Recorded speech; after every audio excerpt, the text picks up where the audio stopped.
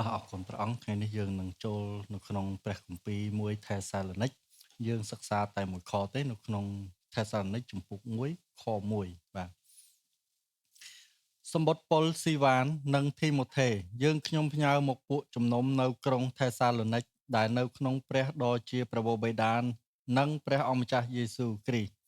សូមឲ្យអ្នករាល់គ្នាបានប្រកបដោយព្រះគុណនិងសេចក្តីសុខសាន្តអំពីព្រះដ៏ជាព្រះបិតានៃយើងហើយអំពីព្រះអម្ចាស់យេស៊ូវគ្រីស្ទអាមែនបាទសូមអរគុណដល់លោកគ្រូយូសាហ្វដើម្បីបាននាំយើងអានប្របន្ទូលរបស់ផងប្រងព្រះរាជសារនិទានមានចំណងជើងថាបាទគ្រឹះនៃព្រះពរ The Foundational Blessing តាមរយៈព្រះបន្ទូលនេះលោកអ្នកបងប្អូននឹងបានយល់ច្បាស់បាទអំពីព្រះបន្ទូលព្រះអង្គជាពិសេសពាក្យគន្លឹះបាទដែលមាននៅក្នុងខ1បាទហើយនៅពេលដែលលោកអ្នកបងប្អូនយល់ច្បាស់ហើយបាទលោកអ្នកបងប្អូននឹងរស់នៅដែលមានសេរីភាពលោកអ្នកបងប្អូននឹងដឹងថាតើលោកអ្នកបងប្អូនត្រូវបាទប្រព្រឹត្តរស់នៅហើយប្រព្រឹត្តបាទដោយមានអរិយាប័ត្របែបណានៅចំពោះព្រះដ៏ជាអង្គម្ចាស់ផងដែរហើយសម្រាប់ខ្ញុំពាក្យនេះគឺជាពាក្យគន្លឹះបាទយ៉ាងសំខាន់ផងដែរបាទលោកនេះបើសិនជាយើងមើលទៅក្នុងបាទព្រះបន្ទូលរបស់ព្រះដ៏ជាម្ចាស់យើងអាចនឹងគិតពីសំណង់ជាទូទៅថាសំណង់ណាក៏មានគ្រឹះដែរបាទបើលោកអ្នកបងប្អូនមើលបាទតាំងពីបាទនេះខាងលើគឺជាតួអគារដែលយើងសាងសង់បាទហើយខាងក្រោមគឺជាគ្រឹះដែលកប់ចុះទៅក្នុងដីយើងឃើញចាប់តាំងពីផ្ទះរស់នៅធម្មតាបាទរហូតដល់អគារខ្ពស់ហើយរហូតដល់ស្ពានផងដែរបាទគ្រប់ទាំងអស់ដែលវាអាចឈរបានគឺអាស្រ័យទៅលើគ្រឹះបាទគ្រឹះមាន2លោកអ្នកបងបើយើងមើលទៅក្នុងព្រះបន្ទូលរបស់ផងប្រងលោកអ្នកបងលោកអ្នកបងនឹងឃើញបាទដំបូលពណ៌ក្រហមនេះបាទលោកអ្នកបងឃើញបាទនៅខាងលើគេដាក់ថា roof ដំបូលបាទហើយអឺ first floor បាទជាន់ទី1បាទហើយជាន់ទី2ហើយចំហៀងយើងឃើញបាទ super structure ហើយនិង sub structure បាទ super structure ចង់សំដៅទៅលើបាទគម្រោងបាទអសំណង់នៅខាងលើហើយ super structure ចង់និយាយពីបាទតសដែលកប់ចុះទៅក្នុងដីក៏ប៉ុន្តែបាទនៅខាងក្រោមយើងឃើញថាគេហៅ foundation នោះគឺជាគ្រឹះបាទដែលទ្រអាគារទាំងមូលផងដែរឥឡូវយើងកលេចមកខាងឆ្វេងដៃយើងនេះគឺជាគ្រឹះមួយយ៉ាងបាទដែលកប់នៅក្នុងដីក៏ប៉ុន្តែមួយយ៉ាងទៀតក៏គេហៅថាគ្រឹះដែរគឺគ្រោងអាគារទាំងមូលនឹងតែម្ដងតែយើងឃើញបាទខាងក្រោមពណ៌ក្រហមបាទដែលជាគ្រឹះកប់នៅក្នុងដីហើយបន្ទាប់មកពណ៌ប្រផេះជាន់ទី1ឡើងទៅលើបាទ3ជាន់ហ្នឹងគឺបាទគ្រោងអាគារទាំងមូលដែលមិនទាន់បិទជញ្ជាំងមិនទាន់មានការតុបតែងហ្នឹងក៏គេហៅ foundation ផងដែរបាទបើគ្មាន foundation ទាំងអស់នេះគ្មានគ្រឹះទាំងអស់នេះទេយើងអត់អាចបាទដើម្បីនឹងសាងសង់អាគារបានឡើយនេះគឺជាការពិតបាទនៅថ្ងៃនេះផងដែរយើងចង់ពិនិត្យមើលជាមួយគ្នាបាទនៅបាទខព្រះគម្ពីរ1ថេសាឡូនីកជំពូក1បាទខ្ញុំអាននៅអ្វីដែលលោកគ្រូយូសែបអានឡើងវិញសម្បត្តិបាទគឺសំដៅទៅលើបាទការសរសេរ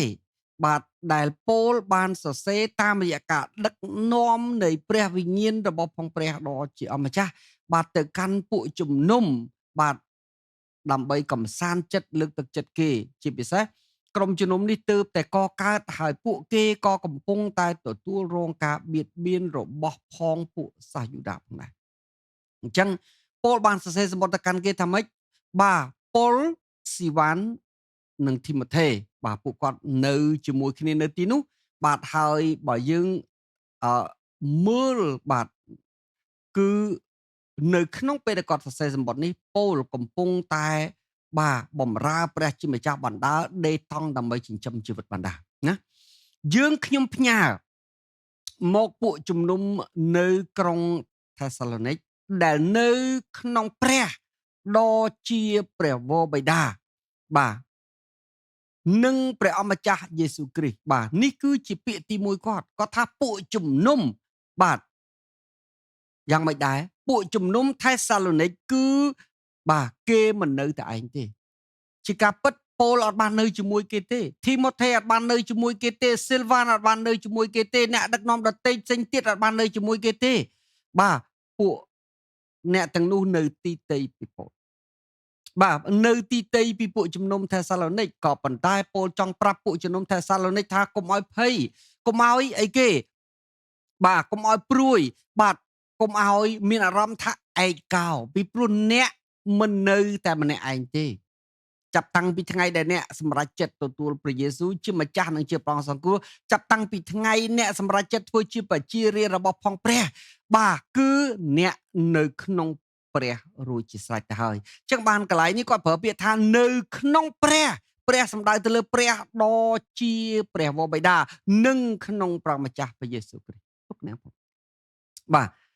អញ្ចឹងសូមឲ្យយើងគិតពីយ៉ាងពាក្យនេះគឺជាពាក្យមួយដែលប៉ូលបានចាប់ផ្ដើមកំសាន្តចិត្តលើកទឹកចិត្តក្រុមជំនុំឲ្យពួកគេបានដឹងថាបាទពួកគេមិននៅតែឯងព្រះមិនទុកពួកគេចោលបាទ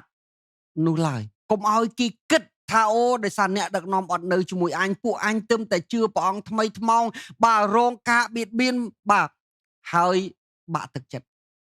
ប៉ូលបានប្រាប់គេថាបាទដែលអ្នកទទួលជឿព្រះអង្គហើយបាទអ្នកមិននៅម្នាក់ឯងទេអ្នកមានព្រះដ៏ជាព្រះវរបិតាទាំងព្រះវរបិតាទាំងអង្គព្រះយេស៊ូវគ្រីស្ទដែលជាព្រះអង្គម្ចាស់និងជាព្រះអង្គសង្គ្រោះដែលទ្រង់ស្រឡាញ់គេហើយក៏សគត់ជំនួសបាបគេនោះឯងបាទទ្រង់បីទ្រង់ទ្រទ្រង់ថែរក្សាទ្រង់ឃុំក្រងគេក្រោមចង្អេងស្លាប់ដ៏មានឫទ្ធានុភាពរបស់ផងប្រងហើយបាទគេកំពុងតែនៅក្នុងព្រះហស្ថរបស់ផងទ្រង់គេមិនបាននៅម្នាក់ឯងទេនេះគឺជាពាក្យកំសាន្តចិត្តណាលោកអ្នកបងនៅពេលដែលយើងកំពុងតែរស់នៅកន្លែងណាមួយដែលយើងមានអារម្មណ៍ថាអត់មានសុវត្ថិភាពបាទដូចជាជនភៀសសឹកនៅក្នុងស្ថានភាពបច្ចុប្បន្ននេះបាទដែលពួកគាត់បានចាកចេញពីផ្ទះសម្បែងជាទីកក់ក្ដៅរបស់ផងគាត់បាទហើយទៅរស់នៅក្នុងកន្លែងជំរកដែលរដ្ឋាភិបាលរៀបចំសម្រាប់សុវត្ថិភាពរបស់ផងពួកគាត់ដោយព្រោះបាទយ៉ាងម៉េចដែរការទន្ទ្រានឈ្លានពានបាទរបស់ផងបាទអ្នកជិតខាងរបស់ផងយើងបាទយ៉ាងម៉េចដែរបើសិនជាគាត់គិតក្នុងសាច់ឈាមគាត់បំភ្លេចព្រះចោលហើយគាត់ផ្ដោតទៅលើបន្ទុកគាត់ផ្ដោតទៅលើបញ្ហាគាត់ផ្ដោតទៅលើពាក្យសោកសៅគាត់ផ្ដោតទៅលើបាទរូបភាពដែលគាត់បាទដែលគាត់ឃើញបាទតិចដែលគាត់ឮបាទសពបែបយ៉ាងធ្វើឲ្យគាត់អស់កម្លាំងធ្វើឲ្យគាត់ខ្សោយធ្វើឲ្យគាត់មានបន្ទុកធ្វើឲ្យគាត់មានបញ្ហាធ្វើឲ្យគាត់ភ័យធ្វើឲ្យគាត់ព្រួយធ្វើឲ្យគាត់ស្រណោះស្រណោកបាទខ្លួនឯងកូនចៅប្តីស្រីបាទទ្រព្យសម្បត្តិរបស់ពួកគាត់បាទប្រហែលជាពេលខ្លះគាត់គិតថាអស់សង្ឃឹមពេលខ្លះគាត់គិតថាមិនដឹងពឹងអីពេលខ្លះមិនដឹងថាបញ្ហានេះនៅយូរប៉ុណ្ណាបាទហើយតើអ្នកណាអាចជួយគាត់បានក៏ប៉ុន្តែសម្រាប់អស់អ្នកដែលមានព្រះគ្រីស្ទអស់អ្នកដែលជាកម្មសិទ្ធិរបស់ផងប្រងអស់អ្នកដែលទទួលព្រះអង្គជាម្ចាស់និងជាព្រះអង្គសង្គ្រោះថ្ងៃនេះខ្ញុំសូមកំសាន្តចិត្តលើកទឹកចិត្តដល់លោកអ្នកបងប្អូនដូចជាពោលកំពុងតែលើកទឹកចិត្តពួកជំនុំថេសាឡូនីកដែលកំពុងតែប្រឈមមុខទៅនឹងបញ្ហាដោយនិយាយប្រាប់គេថាម៉េចបាទអ្នកមិននៅម្នាក់ឯងទេបាទលោកអ្នកបងប្អូនមានព្រះដ៏ជាព្រះបិតានៅជាមួយលោកអ្នកបងប្អូនមានព្រះយេស៊ូវគ្រីស្ទដែលស្រឡាញ់លោកអ្នកបងប្អូនលើសជាងមនុស្សណាទាំងអស់លើសជាងបាទយ៉ាងម៉េចដែរលើសជាងឪពុកម្ដាយបងប្អូនញាតិមិត្តក្រុមគ្រួសាររាជរដ្ឋាភិបាលដែលបាទបានរៀបចំឲ្យយកចិត្តទុកដាក់គ្រប់បែបយ៉ាងបាទទោះបើអ្នកណាស្រឡាញ់យើងយកចិត្តទុកដាក់ជាមួយយើងក៏ប៉ុន្តែយ៉ាងម៉េចនៅតែខ្វះចន្លោះពីព្រោះយើងទាំងអស់គ្នាជំនួសក៏ប៉ុន្តែព្រះដ៏ជាព្រះបិតាមានទាំងព្រះដ៏ជាព្រះបិតាហើយនឹងព្រះម្ចាស់ព្រះយេស៊ូវគ្រីស្ទផងព្រះគម្ពីរប្រាប់ថាម៉េចយើងនៅក្នុងពហុព្រះអង្គបាទជាការពិតសាច់ឈាមតែងភ័យតែងខ្លាចតែងច្បុកច្បល់កុំថាលោកអ្នកបងប្អូនសូម្បីតែខ្ញុំនៅក្នុងកន្លែងដែលមានសុវត្ថិភាពបាទពេលខ្លះបាទអារម្មណ៍ជាមនុស្សចិត្តអាណិតអាសូរបាទភ័យព្រួយពីប្រទេសជាតិភ័យព្រួយពីយុទ្ធមិត្តពេលខ្លះធ្លាក់ទៅក្នុងការព្រួយបារម្ភដូចគ្នាក៏ប៉ុន្តែនៅពេលដែលយើងដឹងថា បាទយ៉ាងម៉េចដែរគ្មានបញ្ហាណាធំពេកសម្រាប់ព្រះអង្គទេបាទបើព្រះមិនមើលថែស្រុកទេសនេះទេស្រុកទេសនេះនៅមិនដល់សប្តាហ៍ថ្ងៃទេបាទហើយបើគ្មានព្រះជាម្ចាស់ទេស្រុកទេសនេះក៏មិនអាចងើបបានដល់ថ្ងៃនេះដែរបាទដូច្នេះមានតែទុកចិត្តព្រះអង្គហើយផ្ញើទៅក្នុងព្រះហស្ថរបស់ព្រះអង្គថ្ងៃនេះខ្ញុំចង់កំសាន្តចិត្តលោកអ្នកបាទយ៉ាងដូចនេះផងដែរហើយយើងមើលតទៅទៀតព្រះជាម្ចាស់មានបន្ទូលថាម៉េចបាទសូមឲ្យអ្នករាល់គ្នាបានប្រកបដោយព្រះគុណនិងក្តីសុខសាន្តបាទអំពីព្រះដ៏ជាប្រពោបិតានិងអំពីព្រះអម្ចាស់ព្រះយេស៊ូវគ្រីស្ទយើងឃើញនៅក្នុងសម្បត្តិថេសាឡូនីកនេះគឺមានលក្ខណៈពិសេសពីព្រោះលោកនិយាយថាម៉េចទី1លោកនិយាយពាក្យព្រះវរបិតានិងព្រះយេស៊ូវគ្រីស្ទរហូតដល់2ដងនៅក្នុងប្រយោគតែមួយគឺមានពាក្យនេះបានលេចឡើង2ដងព្រះវរបិតាបានលេចឡើង2ដងព្រះយេស៊ូវគ្រីស្ទបានលេចឡើង2ដងបាទហើយនៅក្នុងតួនាទីផ្សេងគ្នាមួយព្រះវរបិតានិងព្រះយេស៊ូវគ្រីស្ទកំពុងតែបីទ្រថែរក្សាគេហើយគេនៅក្នុងព្រះហស្ថព្រះអង្គ2បាទព្រះវរបិតានិងអង្គព្រះយេស៊ូវគ្រីស្ទបាទកំពុងតែគេផ្ដល់ព្រះគុណនិងក្តីសុខសាន្តដល់គេអាមែនកំពុងតែផ្ដល់ព្រះគុណក្តីសុខសាន្តដល់គេបាទហើយអ្វីដែលយើងចង់រៀនជាមួយគ្នាបាទពាក្យព្រះគុណនិងពាក្យសុខសាន្តពីព្រោះពាក្យនេះសំខាន់ណាស់លោកអ្នកបងនៅក្នុងព្រះគម្ពីរសញ្ញាថ្មីទាំងមូលបាទគ្រាន់តែសម្បត្តិរបស់ផងប៉ូលគឺពាក់កណ្ដាលនៃព្រះគម្ពីរសញ្ញាថ្មីហើយគ្មានសម្បត្តិណាមួយដែលសរសេរទៅកាន់ពួកជំនុំដោយសាវកប៉ុលបាទនេះឯងគ្មានពាក្យនេះនោះឡើយទោះបីជាគាត់សរសេរទៅកាន់ក្រុមជំនុំថ្មីទៅកាន់ក្រុមជំនុំចាស់ទៅកាន់អ្នកបម្រើព្រះជាម្ចាស់ទោះបីជាសម្បត្តិនោះវែងសម្បត្តិនោះខ្លីបាទសម្បត្តិនោះបាទយ៉ាងម៉េចក៏ដោយគឺគាត់តែងតែចាប់ផ្ដើមពាក្យនេះខ្ញុំសូមបង្ហាញផុសតាំងទាំងអស់នេះបើលោកអ្នកបងមើលទៅក្នុងព្រះគម្ពីររ៉ូមជំពូក1ខ7លោកអ្នកបងនឹងឃើញពាក្យដែលខ្ញុំបូលពណ៌ក្រហមនេះព្រះគុណនិងក្តីសុខសាន្តបើលោកបាទករិនថូសខ្សែទី1ជំពូក1ខ3បាទករិនថូសខ្សែទី2ជំពូក1ខ2បាទកាឡាទីជំពូក1ខ3អេផេសូជំពូក1ខ2ហ្វីលីបជំពូក1ខ2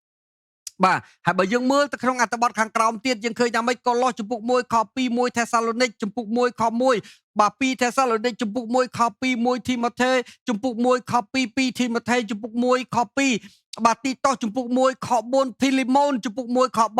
បាទគ្រប់ទាំង13សបុតគឺមានពាក្យដដែលបាទតែដោយឡែកជាពិសេសនៅក្នុងធីម៉ូថេ1និងធីម៉ូថេ2មានថែមពាក្យមួយម៉ាត់ទៀតគឺសេចក្តីមេត្តាករុណាបាទក្រៅប៉ុន្តែពាក្យព្រះគុណ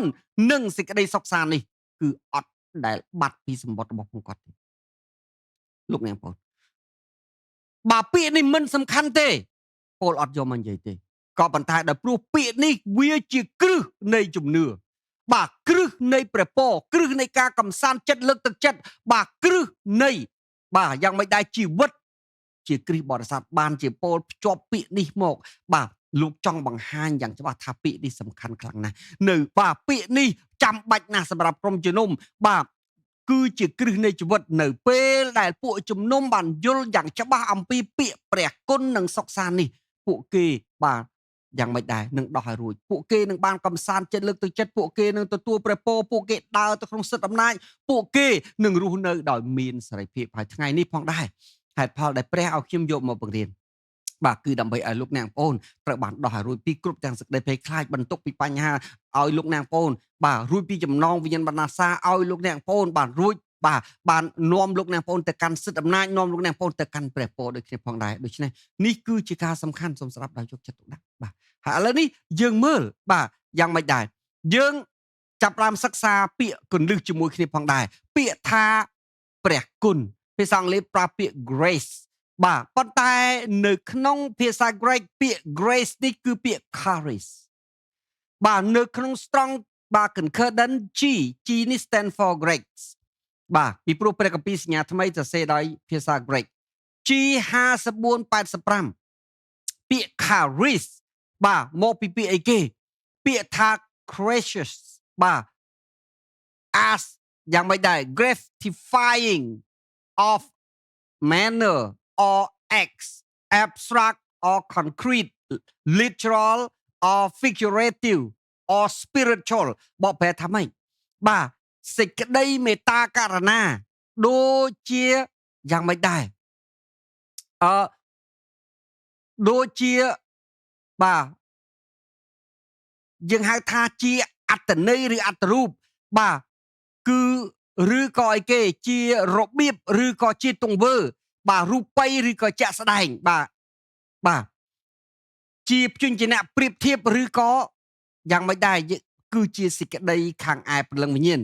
ខាងក្រោមប្រើពាក្យ especially បាទ the divine influence upon heart ជាពិសេសបាទគឺជាអំណាចប្រជាស្ដារខាងឯវិញ្ញាណដែលមានឥទ្ធិពលទៅដល់ដួងចិត្ត influence upon heart and its reflection in the light ហើយវាឆ្លោះបញ្ចាំងឥទ្ធិពលបាទដែលគេមានទៅដល់ជីបេះដូងរបស់ផងយើងហ្នឹងឯងវាឆ្លោះបញ្ចាំងចេញមកឬសម្ដែងចេញមកតាមរយៈជីវិតជាក់ស្ដែងបាទដូចជាអីគេ including gratitude ដូចជាអិរិយាបថ acceptable បាទការទទួលយក benefit បាទអត្ថប្រយោជន៍ favor បាទគប់ដល់ប្រហារតីឬជាទីពេញចិត្ត give អំណោយបាទ joys បាទអីគេបាទសេចក្តីអំណរបាទសេរីភាព pleasure បាទគប់ចិត្ត thanks and worthy បាទគឺ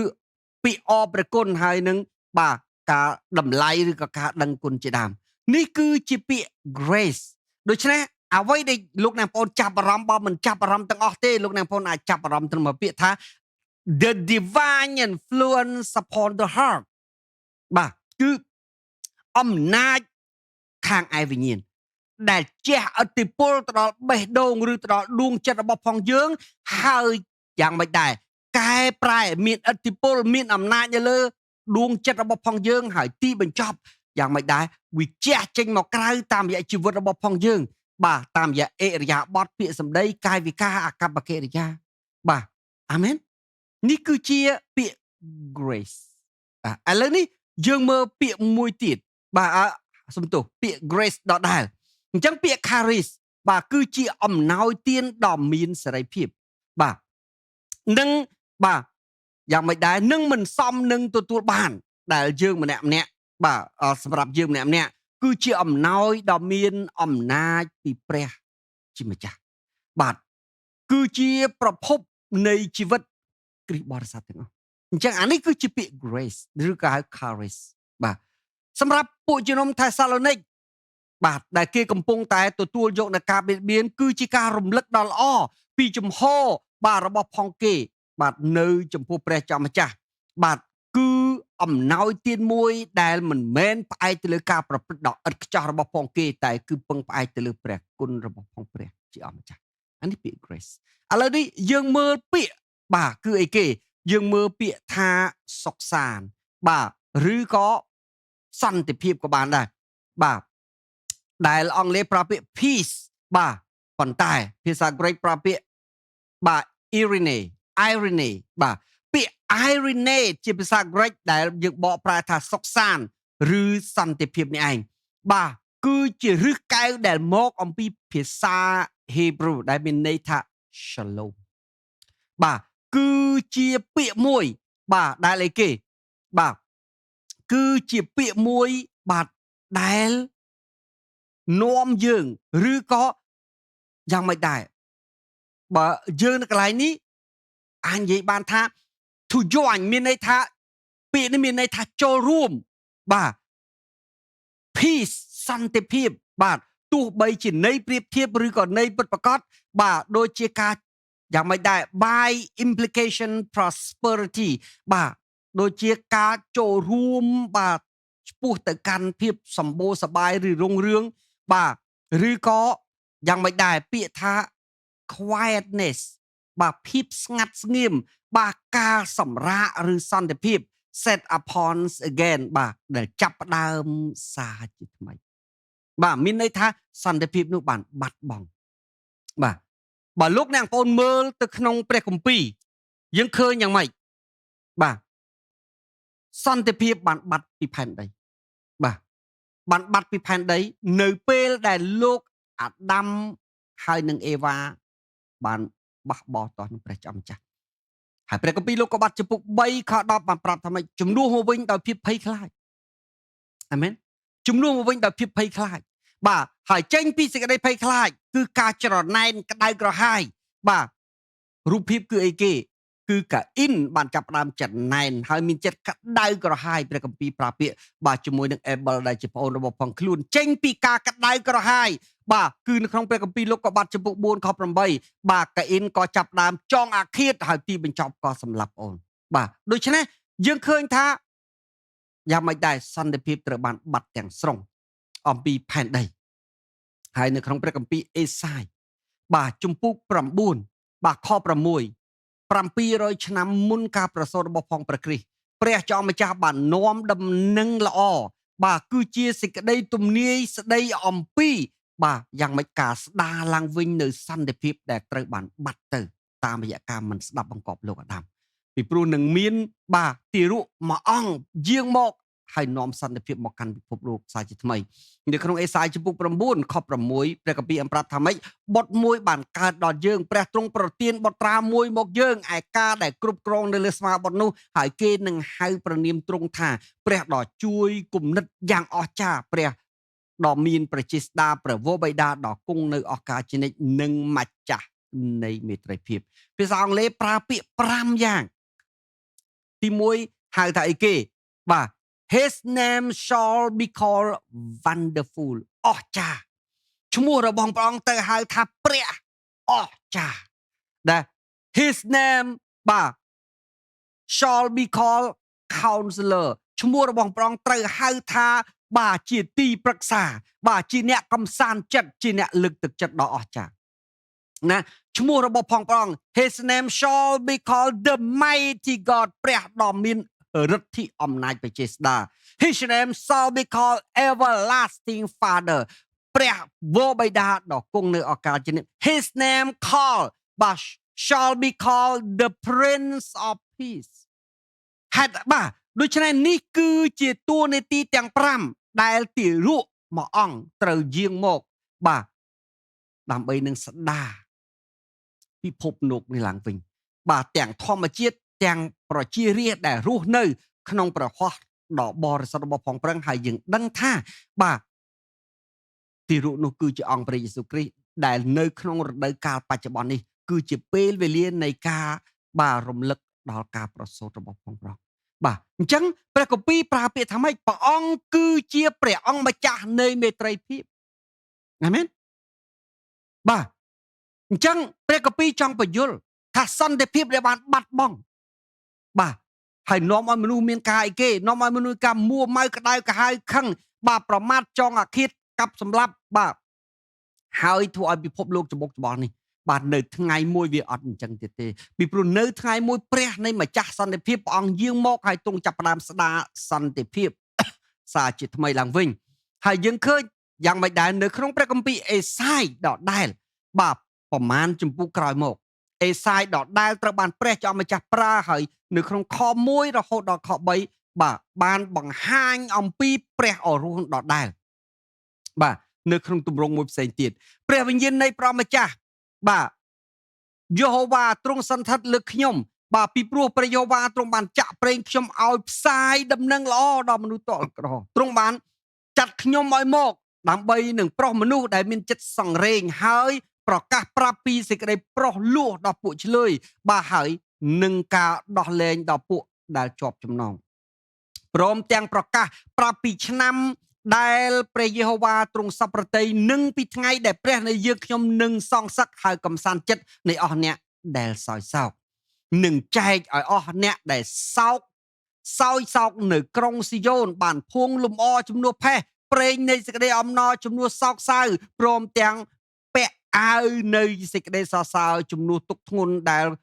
ក្របសង្កត់ដើម្បីឲ្យគេបានហៅជាដើមឈើនៃសេចក្តីសុចរិតហើយជាដើមដែលព្រះយេហូវ៉ាទ្រង់ដាំមានប្រយោជន៍ឲ្យទ្រង់បានថ្កើងឡើងនៅក្នុងអេសាយចំពោះ61បាទហោរាអេសាយទទួលការបើកសម្ដែងពីព្រះស្ដីអំពីព្រះរាជបេសកកម្មទាំងមូលរបស់ផងអោរ៉ូសព្រះអោរ៉ូសបាទគឺជាបុត្រតូចដែលមាននៅក្នុងព្រះគម្ពីរអេសាយចំពុក9យើងឃើញបាទព្រះគម្ពីរនេះបានសម្រេចបាទយ៉ាងម៉េចដែរ700ឆ្នាំក្រោយមកនៅក្នុងព្រះគម្ពីរលូកាជំពូក2បាទព្រះគម្ពីរអំប្រាប់ថាម៉េចបាទនៅថ្ងៃដែលព្រះយេស៊ូវគ្រីស្ទទ្រង់ប្រសូត បាទព្រះគម្ពីរបានប្រាប់ថាទេវតានៃឋានសួគ៌បានមកយ៉ាងម៉េចដែរឈរប្រាប់ដំណឹងដល់អ្នកគង្វាលព្រមទាំងពូលសរសើរដំកើងព្រះជាម្ចាស់បាទមានទេវតានៃព្រះម្ចាស់មកឈរចិត្តគេគឺពួកអ្នកគង្វាលឯសេរីល្អរបស់ទ្រង់ក៏ភ្លឺឆ្វាត់ជុំវិញហើយគេមានសេចក្តីភ័យខ្លាចជាខ្លាំងទេវតាប្រាប់ថាកុំខ្លាចអីខ្ញុំមកប្រាប់ដំណឹង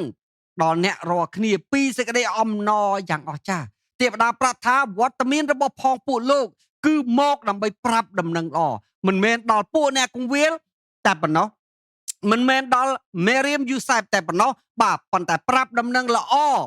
ដល់អ្នករាល់គ្នាគឺសំដៅទៅលើលោកីទាំងមូលគ្រប់សម័យកាលគ្រប់ចំនួនហើយលោកនិយាយថាដំណឹងនេះមិនមែនល្អធម្មតាប៉ុន្តែល្អហើយអស្ចារ្យបាទដែលសម្រាប់បណ្ដាជនទាំងអស់គ្នាគេព្រះទេវតាបានប្រាប់ថាសម្រាប់មនុស្សសម្រាប់ប្រជាជាតិទាំងអស់នៅលើពិភពលោកតើនោះគឺជាអីបាទត្បិតនៅថ្ងៃនេះមានព្រះអង្គសង្គ្រោះមួយអង្គប្រសូតនៅក្រុងលួងដាវីតគឺព្រះគ្រីស្ទដែលជាព្រះម្ចាស់បាទនិយាយឲ្យខ្លីទេវតាចង់ប្រាប់ថាម៉េចអ្វីដែលអ្នកបម្រើរបស់ផងអេសាយបាននិយាយថាបាទព្រះមានព្រះអរោះមួយនោះគឺឥឡូវនេះអត្ថបទនេះបានសម្រេចហើយទ្រង់បានយាងមកហើយទ្រង់កំពុងតែប្រសូតនៅក្រុងបេតលេហឹមបាទហើយយើងឃើញនៅតទៅទៀតនៅក្នុងខ12បានប្រាប់បាទទេវតាបានប្រាប់អ្នកគង្វាលអំពីទីសម្គាល់ដែលទៅស្វែងរកព្រះអរោះពីព្រោះនៅថ្ងៃនោះគឺជាថ្ងៃដែលសេសាអូគូសបានឲ្យមនុស្សទៅគ្រប់ច្រកល្ហកដើម្បីចុះបញ្ជីទៅតាមស្រុកកំណើតដូច្នេះមនុស្សណែនណាន់តាន់តាប់រាប់ម៉ឺនរាប់សែននាក់បាទអញ្ចឹងហើយបើសិនជាទេវតាមិនបានផ្ដល់សញ្ញាដល់ពិតប្រាកដទេពួកគេរកមិនឃើញឡើយបាទនេះគឺជាអ្វីដែលព្រះគម្ពីរបានប្រាប់ហើយតមកទៀតនៅក្នុងខ13 14យ៉ាងម៉េចដែរនោះស្រាប់តែមានពួកបន្ទាប់ពីដំណឹងបានបញ្ចប់ដំណឹងនៃឋានសួគ៌ត្រូវបានបញ្ចប់សារត្រូវបានបញ្ជូនមកបាទស្រាប់តែមានក្រុមចម្រៀងនៃឋានសួគ៌កកកុញមានន័យថាអាចដល់រាប់ពាន់ម៉ឺននាក់បាទពីស្ថានសួគ៌មកនៅជាមួយនឹងទេវតានោះក៏ពោលសរសើរដល់ព្រះថាសួស្ដី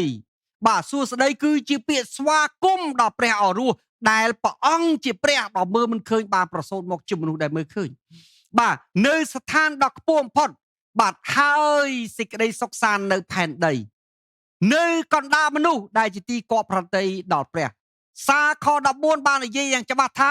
បាទព្រះដ៏ខ្ពស់បំផុតបានប្រសូតមកដើម្បីនាំក្តីសុខសាន្តមកផែនដីវិញនាំសេចក្តីសុខសាន្តមកកណ្ដាលមនុស្សឡើងវិញភាសាអង់គ្លេសប្រើពាក្យយ៉ាងម៉េចដែរ on earth peace បាទ on earth peace ហើយខខាងមុខប្រើពាក្យបាទ good will toward man ពាក្យ good will toward man បាទគឺជា phrase ជាប្រយោគដែលជានិមិត្តរូបបាទអំពីពាក្យព្រះគុណណាអាមែន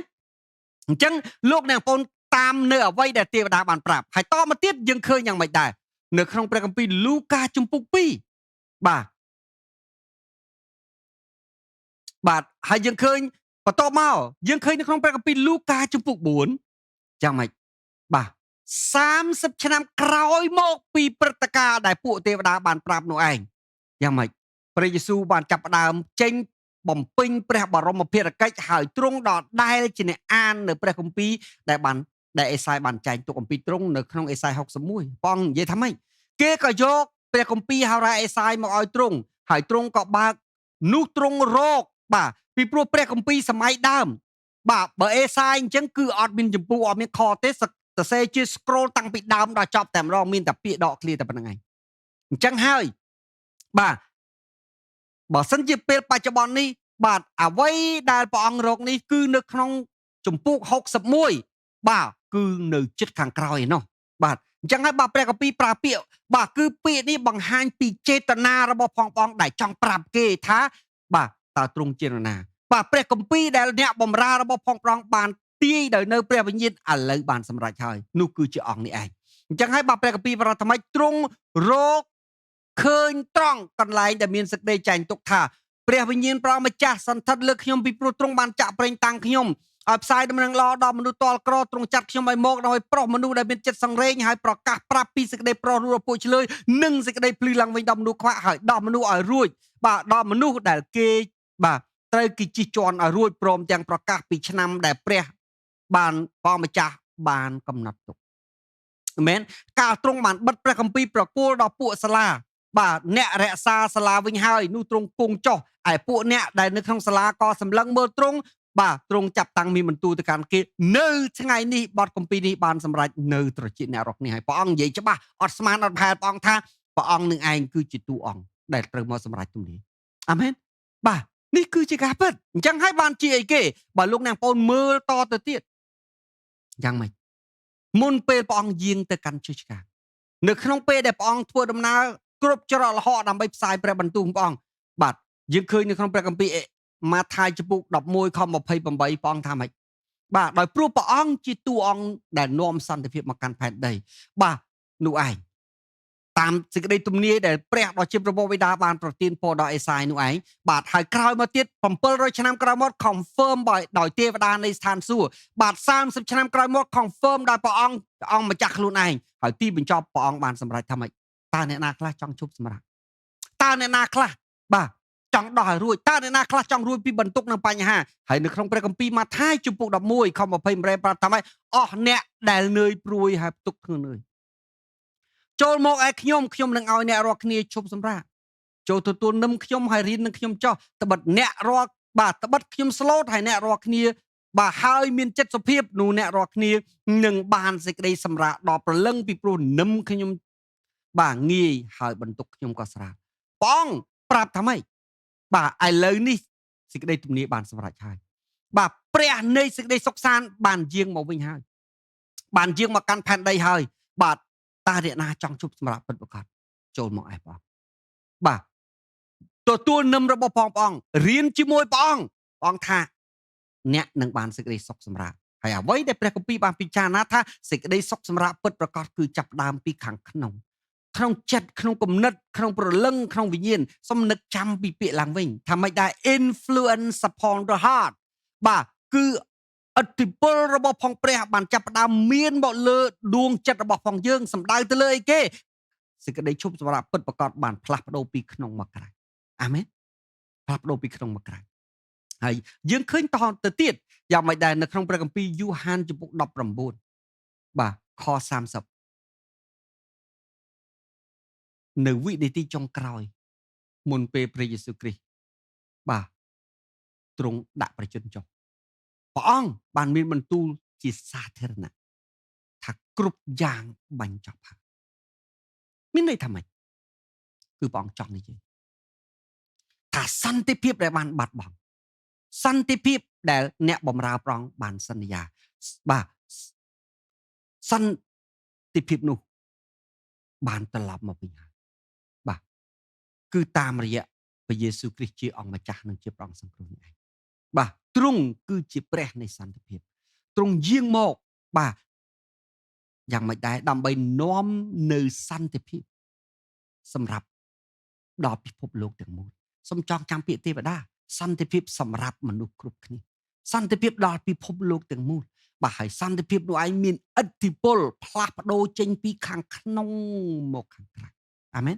នេះគឺជាការពិតអញ្ចឹងហើយបានជាហេតុអីគេបានជាយើងត្រឡប់ទៅកាន់ព្រះគម្ពីរថេសាឡូនីកបាទពាក្យជំរាបសួររបស់ផងលោកប៉ូលយ៉ាងម៉េចដែរសូមឲ្យអ្នករាល់គ្នាបានប្រកបដោយព្រះគុណពាក្យនេះមានន័យថាម៉េចបាទពាក្យនេះប៉ូលចង់និយាយប្រាប់បាទទៅកាន់ពួកជំនុំទាំងអស់ថាយើងពីមុនដែលជាមនុស្សថ្មិលទៅមើលជាប់ចំណងជាប់វិញ្ញាណជាប់បណ្ដាសាបះបោបាទមានបាបទាស់នឹងព្រះអង្គបាទតាមនិស្ស័យរបស់យើងត្រូវប្រឈមមុខជាមួយនឹងការជំនុំជម្រះប៉ុន្តែដោយព្រោះយើងទទួលស្គាល់ដោយព្រោះយើងលន់តួយើងសារភាពបាបហើយយើងព្រះអង្គមកធ្វើជាព្រះអង្គម្ចាស់ឬជាព្រះអង្គសង្គ្រោះបាទអំពើបាបរបស់យើងត្រូវបានលុបចោលបន្ទុកបញ្ហាចំណងវិញ្ញាណបណ្ដាសារបស់ផងយើងត្រូវបានកាត់ផ្ដាច់បាទហើយយ៉ាងម៉េចដែរអ្វីគ្រប់យ៉ាងមិនមែនដែលព្រោះយើងល្អដែលព្រោះយើងអស្ចារ្យដែលព្រោះយើងវិសេសបាទប៉ុន្តែគឺជាព្រះគុណរបស់ផងព្រះដ៏ជាអម្ចាស់ណាមែនគឺជាព្រះគុណរបស់ផងព្រះដ៏ជាអម្ចាស់បាទកន្លែងនេះឯងដែលអីគេដែលយើងត្រូវនឹកចាំថា the divine influence upon the heart ពាក្យថាព្រះគុណបាទមានន័យថាម៉េច បាទគឺអីគេបើយើងប្រៀបធៀបជាសកម្មភាព grace is giver បាទព្រះគុណគឺការផ្ដល់ឲ្យក្នុងពេលដែលសន្តិភាពបាទ peace is receiver បាទសន្តិភាពគឺការទទួលយកមួយផ្ដល់ឲ្យមួយទទួលយកអាមែនអញ្ចឹងព្រះគុណគឺជាសកម្មភាពរបស់ផងព្រះដ៏ចោះម្ចាស់ដែលទ្រង់បានធ្វើការសពបែបយ៉ាងរងរបួសហើយរហូតដល់ទីវង្គតដើម្បីគេផ្ដល់ឲ្យយើងនៅអីគេបាទផ្ដល់ឲ្យយើងបាទនៅសេចក្តីសង្ឃឹមព្រះពរអំណរក្តីសុខសាន្តបាទការអត់ទោសបាបបាទហើយការផ្ដល់ទៅឯងគឺចាប់ផ្ដើមពីអីគេបាទគឺចាប់ផ្ដើមពីក្នុងចិត្តបាទការផ្លាស់ប្ដូរនោះគឺចាប់ផ្ដើមពីក្នុងចិត្ត influence upon the heart បាទហើយយ៉ាងម៉េចដែរបើអត់ទោសពីក្នុងផ្ដាច់ចំណងវិញ្ញាណបណ្ដាសាដោះឲ្យរួចមានសេរីភាពពីខាងក្នុងមកបាទហើយសេរីភាពនោះបន្តិចម្ដងចាប់ផ្ដើមសម្ដែងបង្ហាញមកតាមរយៈជីវិតរស់នៅបាទតាមរយៈអិរិយាបថតាមរយៈពាក្យសម្ដីតាមរយៈកាយវិការបាទតាមរយៈការផ្លាស់ប្ដូរបាទហើយទីបញ្ចប់ធ្វើឲ្យមានសេរីភាពទាំងស្រុងអាមែននេះគឺជាអ្វីដែលអីគេដែលលោកប៉ុលលោកបាននិយាយអញ្ចឹងហើយបានជាអីគេសម្រាប់ប៉ុលលោកយល់ថាព្រះគុណបាទគឺជារឿងចាំបាច់ណាស់ពួកជំនុំដាច់ខាតត្រូវតែរំលឹកពីព្រះគុណអ្នកបម្រើព្រះត្រូវតែរំលឹកពួកជំនុំត្រូវតែរំលឹកមនុស្សគ្រប់គ្នាត្រូវតែរំលឹកពីព្រះគុណហើយយល់ពីព្រះគុណឲ្យបានច្បាស់ជាម្ចាស់ពីព្រោះព្រះគុណបាទពាក្យព្រះគុណមួយបាននេះគឺកាត់ដោបនៃពីយ៉ាងម៉េចដែរពីក្តីស្រឡាញ់ក្តីមេត្តាក្តីសប្បុរសរបស់ផងព្រះអង្គព្រមទាំងព្រះបរមភារកិច្ចបាននឹងការលះបង់គ្រប់យ៉ាងរបស់ផងព្រះដ៏ជាម្ចាស់ដែលធ្វើសម្រាប់ខ្ញុំនិងលោកអ្នកបងបាទដោយក្តីស្រឡាញ់នឹងសរុបមកវិញគ្រប់ទាំងអស់នឹងឯងបាទគឺព្រះគុណអាមែនគឺជាព្រះគុណបាទនៅពេលដែលយើងនឹកដល់ព្រះគុណបាទនឹកដល់ព្រះដែលស្រឡាញ់យើងនឹកដល់ព្រះដែលសុគតជំនួសបាបយើងនៅពេលដែលយើងបាទយ៉ាងម៉េចដែរនឹកដល់ព្រះដែលអត់ទោសបាបដល់យើងបាទព្រះដែលអីគេបាទដែលផ្ដល់ឲ្យយើងដែលលក្ខខណ្ឌនៅពេលនោះហើយដែលបន្ទុកបញ្ហាបាទរបស់ផងយើងចាប់ផ្ដើមធ្លាក់ចុះហើយសេរីភាពចាប់ផ្ដើមចូលមកសោយរាជជំនួសនៅក្នុងដួងចិត្តរបស់ផងយើងអាមែនអញ្ចឹងហើយបានពោលចង់និយាយហើយនៅពេលដែលយើងបានចាប់ផ្ដើមយល់ហើយបាទរំលឹកហើយយល់ជ្រុលជ្រាបពីព្រះគុណនឹងឯងលទ្ធផលនៃព្រះគុណនឹងឯងគឺនាំឲ្យយើងនៅក្តីសុខសាន្តពាក្យ Shalom មានន័យថាម៉េចបាទសុខសាន្តព្រះពរសេចក្តីសុខចម្រើនទាំងអីគេដំបងដោះផ្ដាច់ចំណងវិញ្ញាណបណ្ដាសាបន្ទាប់មកដោះយើងឲ្យមានសេរីភាពខាងឯវិញ្ញាណបន្ទាប់មកដោះយើងបានផ្នែកខាងរូបកាយដោះយើងផ្នែកសេដ្ឋកិច្ចដោះយើងផ្នែកខាងវិញ្ញាណនៃការភ័យខ្លាចលក្ខនឹងលក្ខគឺគ្រប់យ៉ាងទាំងអស់បាទដូច្នេះហើយបានជាសម្រាប់ពលលោកយល់ថាព្រះគុណនិងក្តីសុខសាន្តនេះបាទវាសំខាន់ខ្លាំងណាស់មួយគឺលោកនិយាយអំពី giver បាទអ្នកដែលផ្ដល់ឲ្យមួយទៀតលោកនិយាយពីបើព្រះអង្គផ្ដល់ឲ្យព្រះគុណរបស់ផងយើងហើយនៅពេលដែលយើងយល់នៅពេលដែលយើងរស់នៅពេលដែលយើងទទួលនៅពេលដែលយើងជឿនៅពេលដែលយើងយល់ជ្រុលជ្រាបបាទយ៉ាងម៉េចដែរចេញពីព្រះគុណនោះយើងនឹងបានក្តីសុខសាន្តហើយដែលពាក្យសុខសាន្តនេះមានទាំងព្រះពរធនធានអំណាចបជាស្ដាននិងទ្រព្យសម្បត្តិអាមែនសេរីភាពនឹងអ្វីគ្រប់យ៉ាងទាំងអស់នេះគឺជារឿងដែលសំខាន់ជាងគេបានជាយ៉ាងម៉េចដែរដោយព្រោះតែសំខាន់នឹងហើយបានជាជីវិតពលរំលឹកហើយរំលឹកទៀតបាទហើយជាមួយគ្នាគ្រប់ទាំងសំណេររបស់ផងពលទាំងសបុតទាំង13នេះឯងគឺលោកបានសរសេរទៅហើយរំលឹកគ្រប់ពេលវេលាលោកប្រើពាក្យនេះរំលឹកពាក្យនេះលោកនិយាយយកសរសេរដោយមិនចេះចិនឆ្អន់ឡើយនៅពេញមួយជីវិតរបស់ផងលោកអញ្ចឹងហើយបានជាយើងឃើញយ៉ាងម៉េចដែរ